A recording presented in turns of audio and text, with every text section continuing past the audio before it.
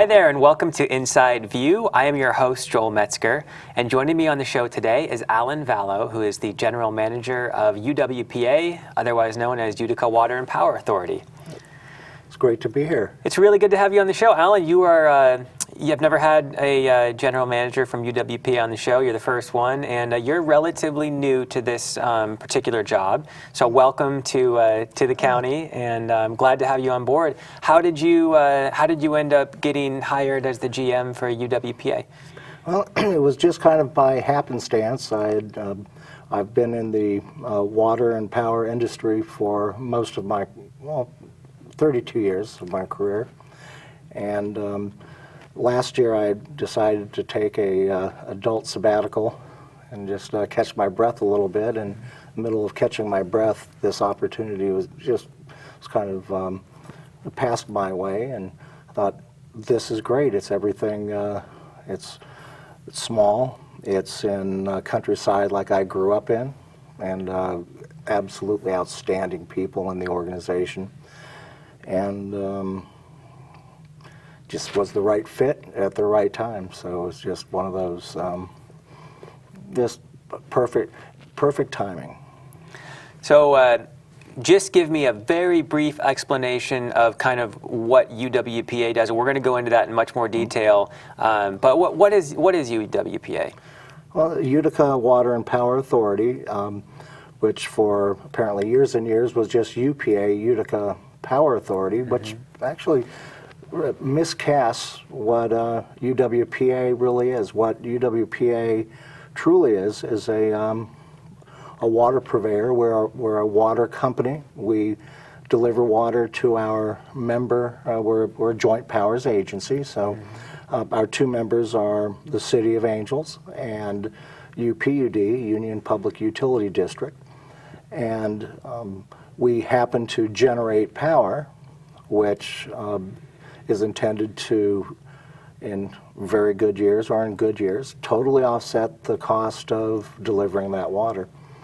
And so we're first and foremost a bulk water, wholesale water company to our owners, to our members. And it just so happens we generate the power to pay for it. So that's a perfect short description, just so people know, well, what the heck is UWPA? So that's what you guys do, and we're going to kind of go through the whole system and how it works. But before that, for those who don't know you, I wanted to make sure we had a chance to introduce where you came from and what you've done over your career. So let's go all the way back. Where were you born and where did you grow up? I was actually born in Neenah, Wisconsin. No. And I would call that the snow belt of sorts, but I consider Pennsylvania my home. I spent most of my formative years in south central Pennsylvania. I grew up about 20 miles west of Gettysburg, and right at the base of, we're in the hills of truly rural Appalachia, about 10 miles north of the Mason-Dixon line. Yeah, so being from Pennsylvania, I naturally went to Penn State. I wanted to be an engineer, so I became one. And upon graduation, I accepted a job with the City of Los Angeles Department of Water and Power. And so I worked with LA Water and Power. They don't have the best reputation in Northern California, but now that I've been in Northern California for nearly 20 years, I understand why. I have to ask you, and I'm always curious about this, people who are raised very far away and they end up coming west, what made you decide to take that job and make such a big move? At that time, we were coming out of, this was early 1980s, we were coming out of a recession, well, not the Great Recession, but a recession, and California was where a lot of the jobs were. I happened to be in a very, at the time, a dying specialty of electrical engineering, that was power engineering, so my choices were pretty much electric utilities, and I wanted to be back in California. I wanted to go to California. Okay. And LA Water and Power also said, if you come out and work for us, we'll continue to send you to school. And that's why I did that. So you came west, and how long did you spend with them, and then what was your next move? Well, 15 years with Los Angeles, and I did everything from being a design engineer in transmission to writing contracts. I then spent the last 8 years there, actually as their legislative and regulatory policy person in D.C. and Sacramento, and so got a good taste of that, and I finally said, I've had enough of Southern California, I want to go north, and I was actually recruited to come and join the city of Lodi as they were entering deregulation, and I was their utility director for about 11 years. So, Okay. and after that, I spent 4 years working with irrigation districts up north, and some of the folks that share the wonderful water out of the Calaveras, or out of the Stanislaus system, out of the watershed. And so I thought, I'm involved in the water, I want to get back into that. I'm not going back to LA. I'm at the stage of my career where I want to make a difference, and so hence I'm here. That's my whole career in a nutshell. So you have just a huge amount of experience in exactly what you're doing day to day with the water and the power, which is, it's really great to have someone with your experience come up here. And so, what do you think people should know about water and power? Because I think a lot of people, they turn their light switch on and the light comes on. Okay, that's great. I know I had to pay a bill at the end of the month. And water, they turn their tap on, and okay, well, as long as it's flowing, I'm fine with it. I'll pay my bill. But beyond that, what do you think people really should know about these two very important resources? Well, we all kind of went through the electric system meltdown. You may recall, 10 years ago, 10, 12 years ago. And it's funny, it's something that we don't recognize, we don't pay attention to, because the truth is, the minimum requirement for keeping your job in an electric utility is the light switch needs to respond when it's turned on or turned off. And quite frankly, water is perhaps taken for granted, and through the vagaries of Mother Nature, who would count on 4 years of back-to-back drought? So the bad news is we're in the 4th year of a drought, and that's impacted everyone, absolutely everyone statewide. It probably, and it's not fair to say it's impacted us less, it's impacted the water companies, the purveyors of the water, to a large extent. It's forced some very, what I'll call very poor public policy decisions out of Sacramento. And once you politicize something as important as a vital commodity, bad things are going to happen. And so that's, if people should know anything, it's pay close attention to what's coming out of from the legislators and the regulators, particularly in Sacramento. And remember, you have a vote, and you can do that every time there is an election. But take notes, pay close attention, because the true character of what's vital to us up here, and it's not just for, watering lawns, small home gardens, the economy up here. There's wonderful opportunities for even expansion of the agricultural base, the vineyards, the cattle. But this area needs to have the infrastructure, including the water, to grow and grow well into the future. And we do have it. We do have that water. We don't necessarily have the infrastructure, but that's what we need to together work on. And that's one of the things I'm probably happiest about in the short time that I've been there, is how much I'll call cohesiveness and camaraderie there is among the various water agencies, and there are several. This is for a county this size. There's a lot of water agencies, so there's obviously a lot of history, and I think you'd have to agree that there's unprecedented levels of cooperation. Calaveras Conserves, which of course is your project that you brought to fruition. That's a testament to just outstanding community involvement and teamwork.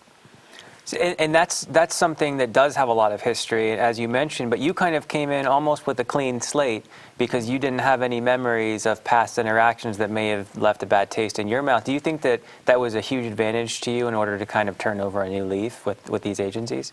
Yeah, absolutely, because it's, and it wasn't just me. I came at a time that, again, unprecedented. And there's the UWPA had me as a new general manager, and after the last election, we had a little change in our board. CCWD got a new general manager and new board members. Mm-hmm. The county got a new administrator and new board members. Okay. And so institutionally, none of us had memory of, I mean, as far as I know, of any past practices or watch out for this or watch out for that. It was a clean slate, and so I guess none of us knowing any better have just been getting along and doing things together. So. And I guess that when you're this small, and because we really are very small here in Calaveras County compared to something like Met Water or some of these larger power companies, how important it is to try to work together in order to actually have a chance at getting projects done. Is that key in your mind, and do you think that's kind of the way forward? Oh, absolutely, because the one thing, since we are all together, we're small separate for sure, but even together, we actually have resources that are key and vital and that do have value, particularly to other purveyors outside of the county. Mm-hmm. And it's significant enough that, I mean, it's an old Revolutionary War adage, we either hang together or we for sure will hang separately. And we are hanging together, and what we do have is that common voice, common message, because we do have some very well-respected, very articulate elected folks from this area, and they're taking the word back to Washington, D.C. and to Sacramento, and because we do have a common message, and we're continuing to develop that, we will be able to develop jointly that infrastructure. Again, we have water. The water has to go through us before it gets to anyone else. Mm-hmm. Who lays claim to it, that's a different story. But we do have, everyone, every owner of water rights will say, we have the oldest water rights in all of Northern California. Fact is, UWPA does. 1853, the first adjudicated 25 cubic feet per second. It's one of those things, bragging rights. Yeah, it's good because it's in the county. It's ours. It belongs to the county. And that's my view. So it's a matter of how can we actually take advantage of these resources that are here that we really haven't fully utilized or even come close to utilizing a small portion of. And that's probably one of the biggest challenges, I imagine. But let's walk people through the system, because it's such a neat system, how this water comes down. So let's go all the way up to the very top. I mean, we obviously have snow in the mountains, but what's the first kind of man-made area that affects your system, and then what happens to the water from there? Well, originally, there was a series of, a long series of flumes that went all the way back up in the hills, and those were operated all the way back in the mining days. Back to 1853, as a matter of fact. And what is a flume, for those who don't know? Flume is a wooden, it's a wooden structure that looks like a perpetual railroad trestle, and it's built with very heavy timber, and in our case, it's lined then with aluminum to minimize leakage. And that starts at the top of the system. And for us now, it's Hunter's Reservoir, and meanders down ultimately getting to the Murphy's powerhouse that was operated by PG&E. It was built in 1853. Now there's an older powerhouse, I believe was built in 1902. That's further up the road. You can tell, I mean, just historically, I mean, there would probably, if it weren't for those flumes and it wasn't for the mining in the 1800s, there would have been no reason to have San Francisco. So you could say that those flumes, that water, that mining, this area created the need for some of the cities we have on the coast. Oh, San Francisco was nothing before the gold rush. It was just a tiny little town. So you mentioned Hunter's Reservoir is kind of the beginning of the system. Is that kind of up by Avery area? Yes, it is. Okay, and then it's quite a ways to get down from Avery to Murphy, so that's a lot of flume out on the side of that hill. A lot of flume. There's a lot of canal that's lined, or either gunnited or what they call shotcreted, and it takes to 7 hours to, once you start water at one point, to see it at another point. So it's not an instant thing by any means. You have to. It's not turning on the tap. Okay. And that's one of the challenges of operating a system that's 27 miles long, 27 miles of ditches and flumes, and it takes time to get from one point to another, and then other folks taking water along the way. And Alan, how does the water get to Hunter's? That's kind of an interesting story, Well, too. it is. It's, I mean, originally, there were flumes that went up into the, what was at that time the upper Utica system, and with the design and the building of the Collierville project and the expansion of Spicer Meadows to New Spicer that holds a lot of water.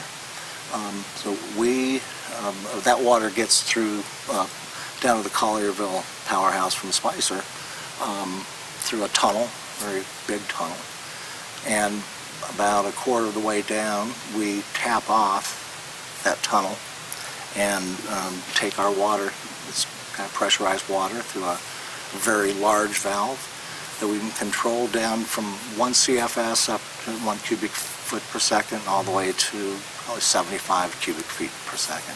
And that would pretty much have those flumes and ditches totally full if you were running it that high? Absolutely. Yeah. And PG&E did. That system was designed for 88 cubic feet per second. And ironically, if you go back through the history and all the adjudicated water rights, you add them all up and it's 88 cubic feet per second.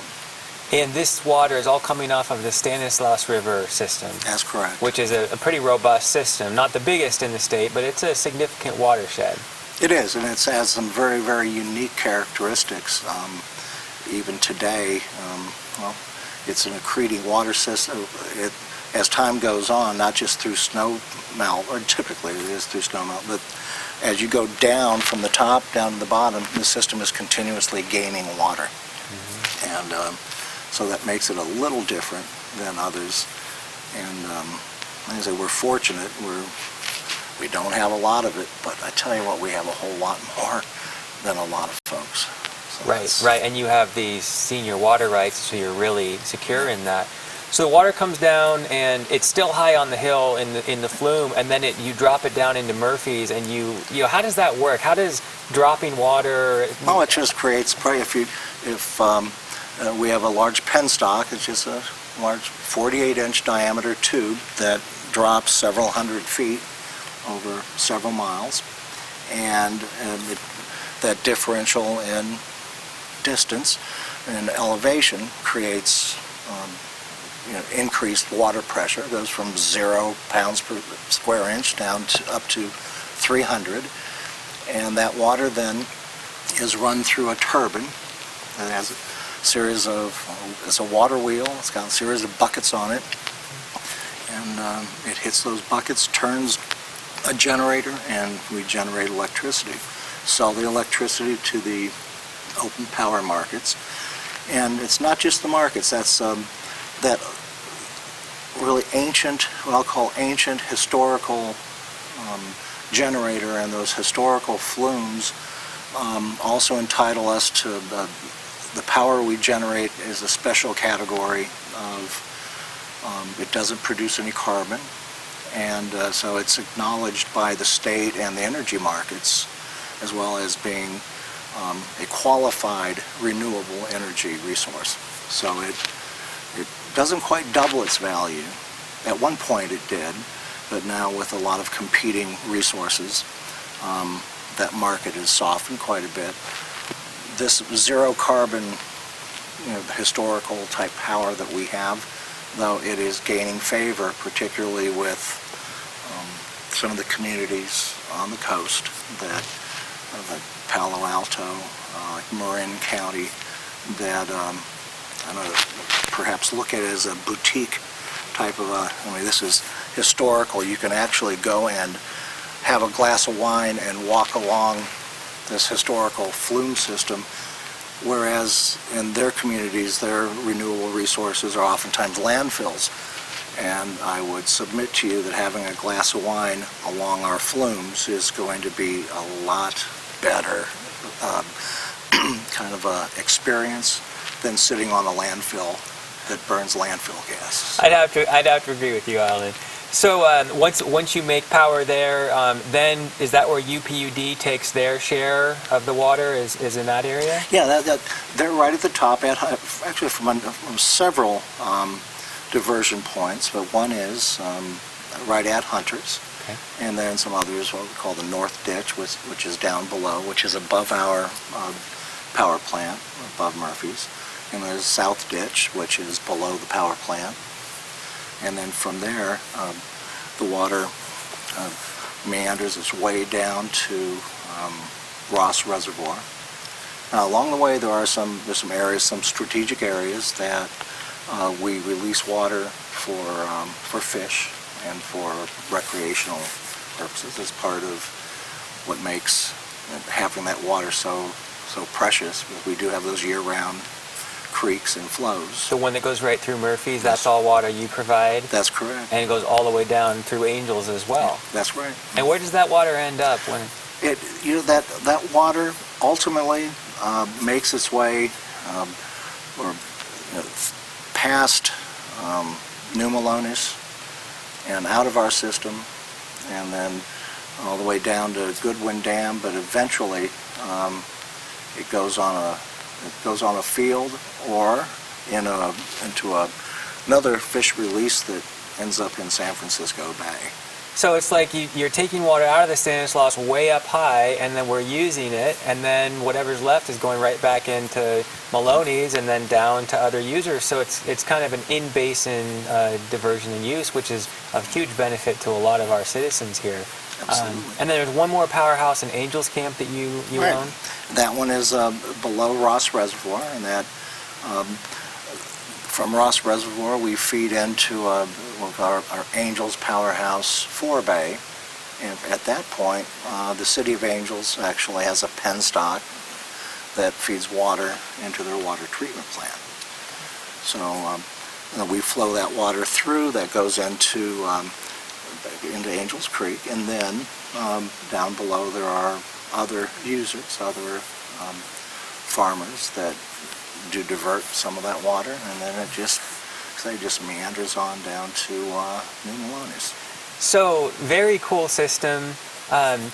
What has changed with demand because of the drought, would you say? Are you selling less water to your member agencies? We are. They've had, of course, the state. Well, let me step back.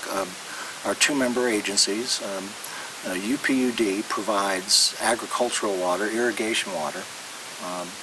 We provide some irrigation water, but they're the only purveyor of agricultural water in the county.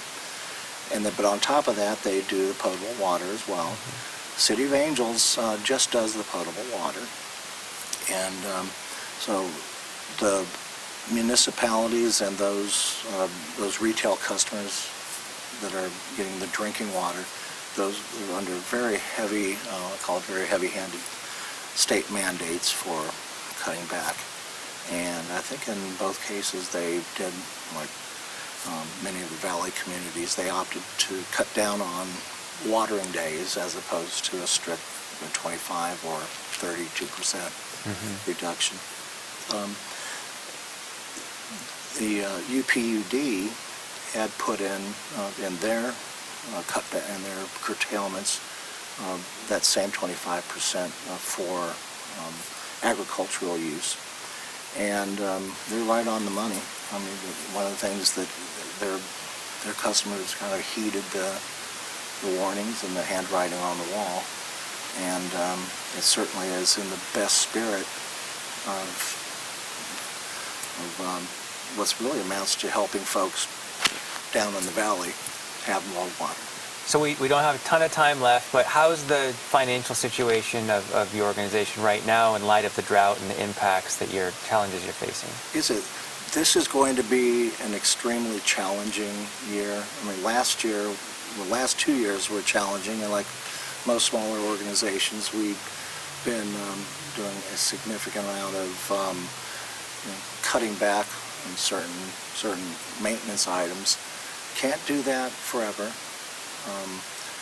We actually have the perfect storm. We have half as much water as in a wet year, and the power markets are at the absolute rock bottom that they've been in the last 20 years. And so we're selling power into a really awful market, and we're not selling that much power because we don't have that much water. So we are approaching this next year very cautiously. There's projects that we put in several tiers and different lists, different buckets, if you will. And number ones are we have to do. Number twos, if we get certain grant monies. Number threes, if we, I don't know what November and December is going to bring, but if we're skiing on Thanksgiving, it's going to look a lot better for getting into those tier 3 projects. Our primary focus is keeping our crews and our staff stable, not losing anyone, keeping the system stable, because we know we could just get hammered this year coming up, don't know yet, and make sure that the way we operate, we've got this tunnel tap where we take our water, and the customer through the City of Angels and UPUD, those customers have a tap, and we're focused on the cost of providing a service from tap to tap, call it, without just going to say, well, it's up to the customers to pay. We're not doing that. I don't mean to cut you off, but we're totally out of time. Sorry. People can go to Calaveras Conserves to learn more about your organization. And thank you so much for all you've done. Welcome to the county, and thanks for coming on the show, Alan. Thank you so very much. It's been a pleasure. And thank you for joining me on this edition of Inside View. I'm your host, Joel Metzger, and I hope you join me next time.